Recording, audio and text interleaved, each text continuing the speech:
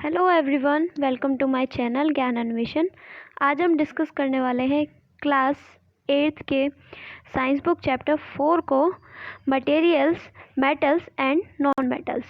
तो बेसिकली हम daily basis पे जितनी भी चीज़ों को देखते हैं, जितनी भी चीज़ों को हम यूज़ करते हैं, तो उनकी एक कैटेगरी डिसाइड होती है कि वो मेटल है या नॉन मेटल। मतलब जो मटेरियल्स होते हैं वो 2 टाइप्स के होते हैं, मेटल्स एंड नॉन मेटल्स। तो इनकी कुछ प्रॉपर्टीज़ होती हैं जिनके बेसिस पे हम पता लगा सकते हैं कि कौन सी चीज़ मेटल है और कौन सी चीज़ नॉन मेटल है। ठीक है, तो अगर आप हमारे चैनल पर नए हैं तो प्लीज़ इस चैनल को सब्सक्राइब करें। यहाँ पे आपको बहुत कुछ सीखने को मिलेगा, लाइक एनसीईआरटी का बहुत अच्छा स्टफ़ एंड करंट अफेयर की बेहतरीन सीरीज़, जिससे आप एक बेटर अंडरस्टैंडिंग डेवलप कर पाएंगे। तो चलिए शुरू करते हैं। तो सबसे पहले मेटल्स जानना ये ज़रूरी है। इसको इजी लैंग्वेज में समझते हैं। सबसे पहले फिजिकल प्रॉपर्टीज़ और केमिकल प्रॉपर्टीज़ को कंसीडर करने से पहले कि मेटल जो होते हैं वो good conductor of heat and electricity होते हैं, और जबकि जो नॉन मेटल्स होते हैं, नॉन मेटल मटेरियल्स होते हैं, वो बैड कंडक्टर ऑफ हीट होते हैं। ठीक है, अब ये जो है इनकी 2 प्रॉपर्टीज़ होती हैं मेटल एंड नॉन मेटल की, जिनके बेसिस पे ये बताया जाता है कि कौन सी चीज़ मेटल है और कौन सी चीज़ नॉन मेटल है। तो सबसे पहले हम देखेंगे फिज़िकल प्रॉपर्टीज़ को। तो आपने देखा होगा ब्लैक स्मिथ यानी लोहार को, जब वो आयरन के किसी पीस को कंटिन्यूसली बीट करता है और उसको किसी स्पेसिफिक इक्विपमेंट में कन्वर्ट कर देता है, जैसे कि स्पेड कहते हैं कुदाल को, जिसका यूज़ बेसिकली किसी चीज़ को लिफ्ट अप करने के लिए यूज़ होता है। ये फावड़े जैसा होता है, बेसिकली ये करीब लगभग इस शेप का होता है। और जो शॉवेल होता है वो कुदाल जैसा ही यानी स्पेड जैसा होता है, जिसे कहते हैं बेलचा, जो बेसिकली मेनली डिगिंग के यूज़ में आता है। और थर्ड एक्स यानी कुल्हाड़ी। तो ब्लैक स्मिथ क्या करता है, आयरन पीस को कंटिन्यूसली बीट करता रहता है, उसको हीट वगैरह करके इन चीज़ों में कन्वर्ट कर देता है। तो ये चीज़ें कैसे पॉसिबल होती हैं? कुछ प्रॉपर्टीज़ होती हैं जिनके बेसिस पे इन चीज़ों को करना संभव हो पाता है। तो नेक्स्ट है, you saw that the shape of the iron nail and the aluminium wire changed on a beating. If they were beaten harder these could be changed into sheets. मतलब अगर हम किसी भी मेटल को, जैसे मेटल छोड़िए, यहाँ पर किसी भी आयरन को या कॉपर को हम कंटिन्यूसली बीट करते हैं किसी हार्ड चीज़ से, तो वो क्या है, अपनी शेप को चेंज भी करेगा, और कभी कभी ऐसा भी होता है कि वो शीट्स में कन्वर्ट हो जाता है, मतलब थिन शीट्स में कन्वर्ट हो जाता है। तो इस प्रॉपर्टी को क्या कहा जाता है, मेलिएबिलिटी। ठीक है, the properties of metals by which they can beaten into thin sheets. मतलब एक प्रॉपर्टी होती है किसकी, मेटल्स की, जिसकी वजह से उस मटेरियल को बीट करके, उसको बीट कर करके कंटिन्यूसली हिट करके किसी हैमर वगैरह की हेल्प से उसको थिन शीट्स में कन्वर्ट किया जा सकता है। बेसिकली उसकी जो ओरिजिनल फॉर्म होती है उसको चेंज कर दिया जाता है, किसमें, थिन शीट्स में। तो इस प्रॉपर्टीज़ को क्या कहते हैं, मेलेबिलिटी। तो आपने देखा होगा जैसे शीट्स का, जैसे एल्युमिनियम फॉयल होती है जो फूड वगैरह को रैप करने के लिए यूज़ होती है, या फिर जो स्वीट्स पे जो फॉयल लगी रहती है जिसे हम चांदी की परत यानी सिल्वर फॉयल कहते हैं। तो ये भी क्या है, एक मेटल ही होता है जो कि कंटिन्यूसली बीट करके सिल्वर को किस में कन्वर्ट किया जाता है, फॉयल में कन्वर्ट किया जाता है। ठीक है, अब नेक्स्ट जो प्रॉपर्टी होती है वो होती है डक्टिलिटी। ठीक है, अब डक्टिलिटी क्या होता है, carry hold a hot metallic pan when which is without a plastic or a wooden handle are not get hurt. Perhaps not. Why? Try to list some other experience in which a wooden or plastic handle protects you from being hurt while handling hot things. मतलब हम जितनी भी चीज़ें पकड़ते हैं, जैसे कि कभी कभी क्या होता है, हम कोई भी चीज़ इक्विपमेंट्स पकड़ते हैं तो क्या है, अगर अगर हम कंसीडर करें वुड के केस में, वुड या प्लास्टिक का, तो अगर हम उसको एक साइड से हीट कर रहे हैं तो वो दूसरे कॉर्नर पे हीट अप नहीं होगा, मतलब हीट का ट्रांसफ़र नहीं होगा, तो हम उसे ईज़िली होल्ड कर सकते हैं। और अगर हम कंसीडर करें किसी आयरन या फिर कॉपर या फिर एल्यूमिनियम के वेसल्स को, तो क्या होता है, अगर हम एल्यूमिनियम वेसल्स को हीट अप करते हैं, उसमें कुकिंग वगैरह होती है जैसे कढ़ाई वगैरह, तो क्या होता है कि उसमें हीट ट्रांसफ़र हो जाती है। तो उनको प्रोटेक्ट करने के लिए किसका यूज़ किया जाता है, नॉन मेटल्स का यूज़ किया जाता है, क्योंकि नॉन मेटल जो होते हैं वो bad conductor of heat and electricity होते हैं। तो अब ये जो प्रॉपर्टीज़ होती है डक्टिलिटी की, वो क्या है, द प्रॉपर्टीज और property of metal by which it can be drawn into wires. मतलब मेटल की वो प्रॉपर्टी जिसमें उसको वायर्स में कन्वर्ट कर दिया जाता है, जैसे कि कॉपर का एक शीट होगी या फिर कोई बल्क चीज़ होगी, उसको किसी न किसी तरीके से हीट करके या फिर बीट अप करके या फिर स्ट्रेचिंग करके उसको किस में कन्वर्ट कर देते हैं, वायर्स में। तो उस प्रॉपर्टी को हम क्या कहते हैं, डक्टिलिटी। ठीक है, तो as you familiar from this, जो जितने भी घरों में वायर्स यूज़ होते हैं वो कॉपर के वायर्स होते हैं, जो कि कॉपर यानी मेटल जो होता है कॉपर, उसको स्ट्रेच करके वायर्स में कन्वर्ट किया जाता है। और एक और चीज़ है, जो कॉपर होता है वो गुड कंडक्टर ऑफ इलेक्ट्रिसिटी होता है। ठीक है, आयरन से ज़्यादा इलेक्ट्रिसिटी को कंडक्ट कर सकता है।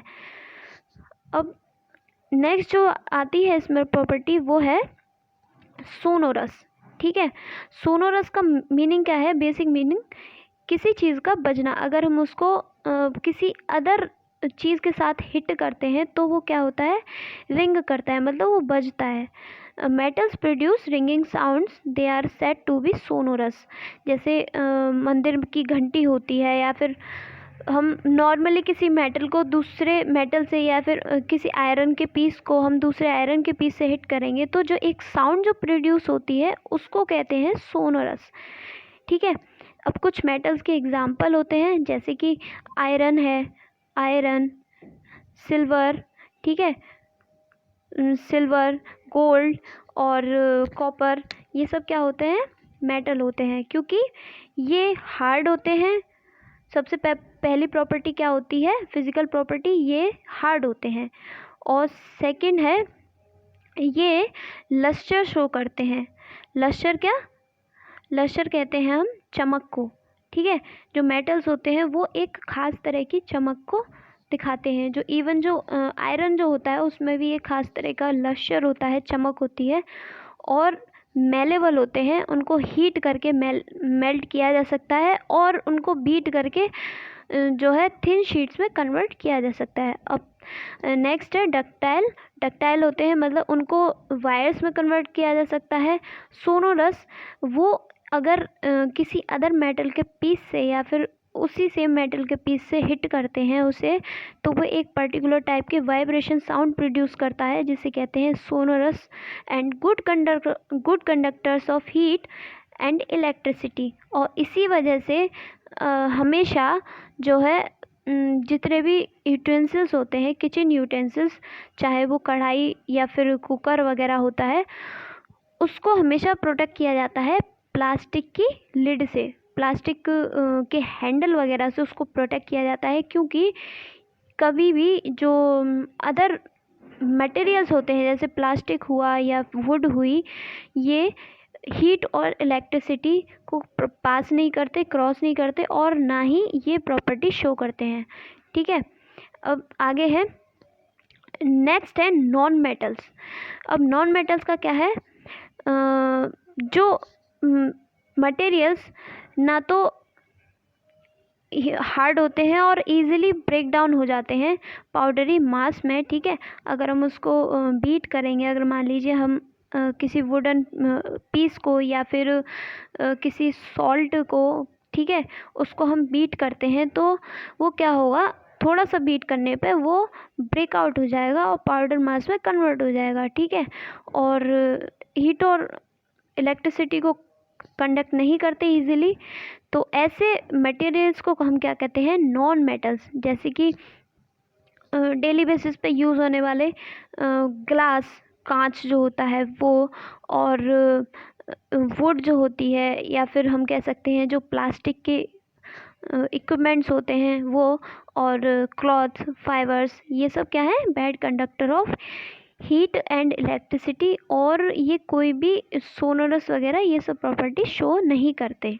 ठीक है, अब ये तो थी फिज़िकल प्रॉपर्टीज़ वाली बात, हार्डनेस के बेसिस पे और अदर बेसिस पे हम कैसे पता लगाएंगे। बेसिकली जो फिज़िकल प्रॉपर्टीज़ होती हैं वो ये है कि हम उसका किसी भी तरीके से टेस्ट करके नहीं पता लगा रहे, उसका हम नॉर्मली जो है फिज़िकल फॉर्म का मतलब ये है कि हम उसे प्रत्यक्ष रूप से देखते हैं और हम उसे देख करके पता लगा सकते हैं कि ये चीज़ कैसी है। ठीक है, मतलब उसके लिए हमें किसी ऑथोराइज्ड किसी भी पर्टिकुलर टेस्ट की ज़रूरत नहीं होती, हम सिर्फ उसे देख करके या छू करके किसी भी मटेरियल को पता लगा सकते हैं कि ये मटेरियल्स मेटल है या नॉन मेटल है। ठीक है, अब आगे आता है केमिकल प्रॉपर्टीज़। अब केमिकल प्रॉपर्टीज़ क्या होती हैं, केमिकल प्रॉपर्टीज़ में क्या है, अगर कोई भी मटेरियल केमिकल के कांटेक्ट में आता है तो वो क्या बिहेवियर शो करता है। ठीक है, तो मेटल्स जो होते हैं वो अलग बिहेवियर शो करते हैं और जो नॉन मेटल्स होते हैं वो अलग बिहेवियर शो करते हैं। अब जैसे कि इसमें एक टेस्ट है रिएक्शन विद ऑक्सीजन। अब इसमें एक बहुत ही कॉमन एग्जांपल है रस्टिंग ऑफ आयरन। आपने देखा होगा कि जब कोई भी आयरन रॉड या फिर आयरन का कोई पीस ओपनली रखा रहता है बारिश वगैरह के सीज़न में, तो काफ़ी टाइम, कुछ टाइम बाद क्या हो जाता है, उस पर रेडिश पाउडर जो है जमा होने लग जाता है, जिसे हम क्या कहते हैं, रस्ट कहते हैं। ठीक है, तो बेसिकली ये क्या होता है, जब आयरन जो है बिना किसी प्रोटेक्शन के, सिर्फ प्योर आयरन, और किसके कांटेक्ट में आता है, ऑक्सीजन और मॉइस्चर के कांटेक्ट में आता है, तो वो कन्वर्ट होने लगता है रस्ट में। ठीक है, उसकी जो फॉर्म चेंज होने लगती है। तो जो मेटल्स होते हैं वो बेसिकली ऑक्सीजन के साथ में रिएक्ट ईजिली करते हैं, और इसका जो बेस्ट एग्जांपल है वो है रस्टिंग ऑफ आयरन। अब आगे चलते हैं, इसमें एक टेस्ट है छोटा सा, जैसे कि आप देख सकते हैं इसमें, let us check the nature of rust formed as a result of reaction between iron, oxygen and water. Collect a spoonful of rust and dissolve it in a very little amount of water. You will find that the rust remains suspended in water. Shake the suspension well. Test the solution with the red and blue litmus paper. What do you observe? The solution acidic or basic? तो basically इसमें क्या है कि जो rust होगी उसको इकट्ठा करना है, और फिर उसके बाद में उसकी जो रस्ट होगी उसको एक थोड़े से अमाउंट ऑफ वाटर में, टेस्ट ट्यूब में उसको थोड़ा स्टोर करके रखना है। फिर उसके बाद में उस वाटर को किसी पेट्री डिश में निकालने के बाद अगर हम उसको लिटमस पेपर से चेक करते हैं तो वो किस में कन्वर्ट हो जाएगा, रेड में। अब ये लिटमस पेपर क्या होता है, लिटमस पेपर एक लगभग 1 सेंटीमीटर वाइड, 1 सेंटीमीटर चौड़ा एक पेपर होता है, और लगभग इसकी ये हाइट होती है, इतना बड़ा होता है, और ये एक टाइप का पेपर होता है जो किसी भी सॉल्यूशन में डिप करने के बाद पता लगाया जा सकता है कि ये सॉल्यूशन एसिड है या बेस है। ठीक है, तो बेसिकली अगर हम इस पेपर को इस सॉल्यूशन में, रस्टी सॉल्यूशन में डिप करेंगे तो वो रेड सॉल्यूशन में कन्वर्ट हो जाएगा। तो इससे एक चीज़ क्लियर हुई कि जो एसिड होते हैं वो रेड कलर शो करते हैं जो मेटल्स जो रिएक्ट करते हैं उनके साथ में। ठीक है, अब इसमें एक चीज़ है कि अब अगर हम बात करें पीएच वैल्यू की या फिर एसिड और बेसिस की, तो इसके लिए एक थोड़ा सा एडिशनल है ये आपके लिए। इसके लिए एक पीएच स्केल होता है जिससे पता लगाया जाता है कि कौन सी चीज़ एसिडिक है और कौन सी चीज़ बेसिक है। तो इसमें कलर्स होते हैं, 0 से 14 तक का इसका स्केल होता है, और मिडल होता है 7। और अगर हम बात करें 7 से नीचे यानी 0 तक का, तो इतने जितने भी मटेरियल्स होते हैं वो सारे एसिडिक होते हैं, और 7 से जो ऊपर होते हैं वो सारे बेसिक होते हैं। तो बेसिकली जो एसिड्स होते हैं वो अगर उन्हें लिटमस पेपर के थ्रू टेस्ट किया जाता है तो वो रेडिश कलर जैसे ब्लू, ऑरेंज, पिंक इस टाइप के कलर शो करते हैं। और जो बेस होता है वो बेसिकली बेस जो होते हैं वो ग्रीन, ब्लू और हल्का सा पर्पल इस तरीके के कलर शो करते हैं। किससे? लिटमस पेपर को डिप करने से, ठीक है। और जो 7 होता है वो मिडल होता है, जिसे हम कहते हैं न्यूट्रल, ठीक है। तो जो वाटर होता है वो न्यूट्रल होता है, और जो हम मिल्क वगैरह पीते हैं, दूध वगैरह पीते हैं, ठीक है, वो सारे क्या होते हैं? बेसिक होते हैं। जितने भी हम घर में सॉल्ट्स यूज़ करते हैं वो सारे बेसिक होते हैं। अब एसिडिक में क्या हो? जैसे सिट्रिक एसिड हुआ, और एस्कॉर्बिक एसिड हुआ, विनेगर हुआ, सिरका जो हम घर में यूज़ करते हैं, सिट्रिक एसिड जो कि जितने भी सिट्रस फ्रूट होते हैं, लाइम हुआ, ऑरेंज हुआ, तो ये सब इसमें पाया जाता है, ठीक है। अब चलते हैं हम अपने नेक्स्ट केमिकल प्रॉपर्टीज़ किसकी? मेटल और नॉन मेटल्स की। अब आगे है इसमें एक प्रॉपर्टी, एक टेस्ट है इसमें कि when a copper vessel is exposed to moist air for long, it acquires a dull green coating. The green material is a mixture of copper hydroxide CuOH2, ठीक है, and copper carbonate CuCO3. The following is the reaction to CuH2O CO। मतलब basically क्या होता है, जब हम किसी भी कॉपर वेसल को, किसी तांबे के बर्तन को लॉन्ग टाइम के लिए ओपनली रख देते हैं, ठीक है, तो क्या होता है उस पर ग्रीन कलर का सा कुछ पाउडरी फॉर्म, ग्रीन कलर सी कुछ चीज़ जमा होने लग जाती है। तो बेसिकली वो क्या होता है? वो कॉपर हाइड्रोक्साइड होता है, यानी वो मॉइस्चर और ऑक्सीजन के कांटेक्ट में आके और कार्बन डाइऑक्साइड के कांटेक्ट में आके वो कन्वर्ट हो जाता है किस में? कॉपर हाइड्रो ऑक्साइड में, ठीक है। एक चीज़ क्लियर हो गई कि जो मेटल्स होते हैं वो मॉइस्चर और किसके? ऑक्सीजन के एक्सपोजर में, उसके कांटेक्ट में आके रिएक्ट करते हैं। और जबकि जो नॉन मेटल होते हैं यानी वुड, ग्लास, प्लास्टिक, ये सब उसमें रिएक्ट नहीं करते। तो ये जो कॉपर है वो किस में कन्वर्ट हो जाता है? कॉपर हाइड्रोक्साइड में और कॉपर कार्बोनेट में। तो इसकी एक रिएक्शन है। अगर 2 मॉलिक्यूल्स ऑफ Cu किसके साथ रिएक्ट कर रहे हैं? वाटर के साथ, CO2 और ऑक्सीजन के साथ में, तो किस में कन्वर्ट होगा? CuOH का होल ट्वाइस, यानी copper hydro oxide and CuCO3, ठीक है, तो यानी कॉपर कार्बोनेट। तो ये थी एक प्रॉपर्टी के मेटल्स ऑक्सीजन के साथ रिएक्ट करते हैं।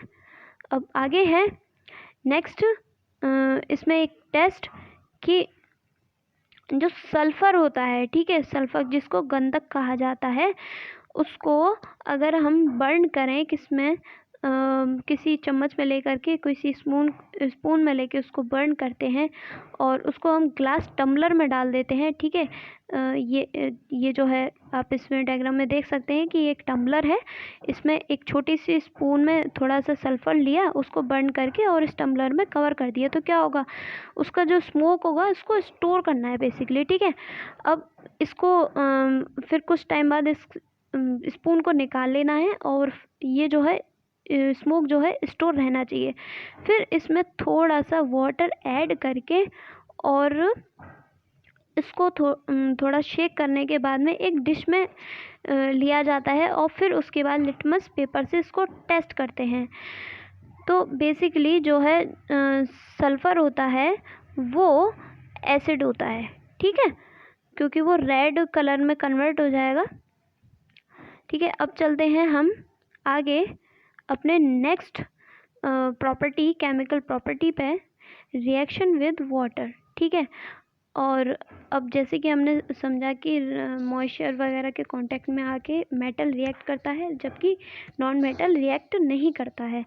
तो मतलब जो रस्टिंग वगैरह होने लग जाती है किसमें? आयरन में, तो वो भी वाटर की वजह से होती है, ठीक है, वाटर की वजह से भी रस्टिंग आने लग जाती है। तो एक चीज़ ये हुई। अब नेक्स्ट एग्जांपल है इसमें किसका, सोडियम का। ठीक है, अब आपने सुना होगा कि जो सोडियम मेटल होता है वो बहुत ज़्यादा रिएक्टिव होता है, किस में, वाटर में। ठीक है, तो एक चीज़ क्लियर कि सोडियम क्या है, मेटल है। Okay, it reacts vigorously with oxygen and water, मतलब बहुत तेज़ी से रिएक्ट करता है किसके साथ में, ऑक्सीजन और वाटर के साथ में। अगर हम उसको ऑक्सीजन या फिर वाटर में डाल देते हैं, ठीक है, तो वो क्या है, बर्न, बहुत तेज़ी से जलने लग जाएगा। और फिर उसको जो स्टोर करके रखा जाता है वो केरोसिन ऑयल में स्टोर करके रखा जाता है, इसमें मेंशन भी है। ठीक है, तो अब नेक्स्ट प्रॉपर्टी है रिएक्शन विद एसिड्स। अब जो जितने भी मेटल्स होते हैं वो इजीली एसिड के साथ रिएक्ट करते हैं बजाय किसके, बेस के। ठीक है, तो let us see how metals and non metal behaves with acid. ठीक है, तो इसके लिए एक टेस्ट है बेसिक सा कि take samples of metals and non metal listed in table. ठीक है, कुछ टेस्ट्स होते हैं, आप इन्हें करके देखें अपने बेसिस पे और try to make yourself safe. Okay, तो चलते हैं अब नेक्स्ट प्रॉपर्टी पे। वो क्या है, रिएक्शन विद बेसिस। बेस क्या होता है, बेसिकली जो है हम जितने भी सॉल्ट वगैरह यूज़ करते हैं वो सब बेस होते हैं। अगर हम किसी भी मेटल को किस में डालते हैं, बेस में डालते हैं, और अगर उससे पॉप साउंड इंडिकेट होती है तो वो किसको रिप्रेजेंट करती है, हाइड्रोजन गैस को रिप्रेजेंट करती है। तो मेटल जो है रिएक्ट करते हैं किसके साथ, सोडियम हाइड्रोक्साइड के साथ में टू प्रोड्यूस हाइड्रोजन गैस। ठीक है, जितने भी मेटल्स होते हैं वो सोडियम हाइड्रोक्साइड के साथ रिएक्ट करते हैं, यानी NaOH के साथ में। ठीक है, बजाय जबकि नॉन मेटल होते हैं वो रिएक्ट नहीं करते बेसिस के साथ में। ठीक है, अब आगे है reactions of non metals with bases are complex. और जितने भी नॉन मेटल्स होंगे या फिर वुड, ग्लास वगैरह हुआ, ये बेस के साथ रिएक्ट इजीली नहीं करते। ठीक है, अब नेक्स्ट प्रोसेस है इसमें डिस्प्लेसमेंट रिएक्शंस।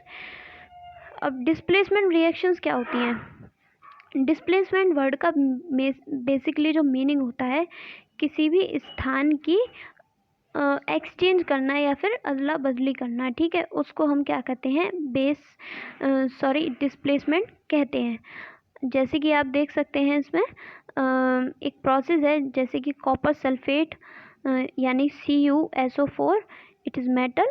ठीक है, और जिंक, ठीक है, ये आपस में रिएक्ट करने के बाद में क्या है, जिंक सल्फेट, यानी जो सल्फेट था वो किसके साथ जुड़ गया, जिंक के साथ में, और जो कॉपर था वो अलग हो गया, मतलब अलग जो मेटल था वो अलग फॉर्म में कन्वर्ट हो गया। ठीक है, तो ये थी कुछ प्रॉपर्टीज़ केमिकल और फिजिकल।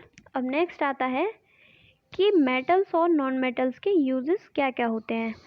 अब आगे है, you should be able to guess why metals are used in making machinery, automobiles, airplanes, trains, satellites, industrial gadgets, cooking utensil, water boilers etc. तो अभी जितनी भी हमने एबव प्रॉपर्टीज़ पढ़ी तो उनके बेसिस पे आप पता लगा सकते हैं कि हम किस चीज़ को किस फील्ड में यूज़ करते हैं और उसको क्यों यूज़ किया जाता है। ठीक है, अगर हम हीटिंग पर्पज़ से और किसी भी ऑटोमोबाइल को बनाने के लिए, किसी गाड़ी वगैरह या फिर एयरप्लेन को बनाने के लिए इनको यूज़ किया जाता है, तो हम क्या यूज़ करते हैं, मेटल्स का। कुछ जगह में नॉन मेटल्स का भी यूज़ होता है।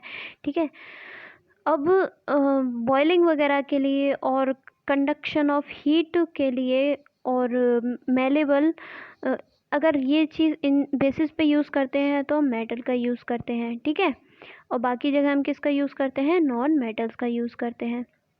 अब नेक्स्ट है इसमें नॉन मेटल, कुछ प्रॉपर्टीज़ हैं इसकी कि हम क्यों यूज़ किया जाता है। Non metal is essential for our life which all living beings inhale during breathing. ठीक है, इसेंशियल फॉर्म है किसकी, हमारी लाइफ की।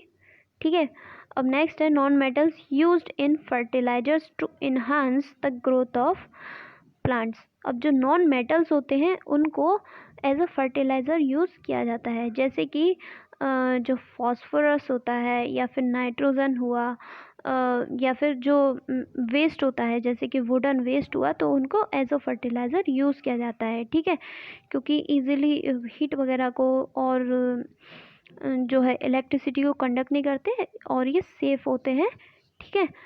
अब नेक्स्ट है non metal used in water purification process.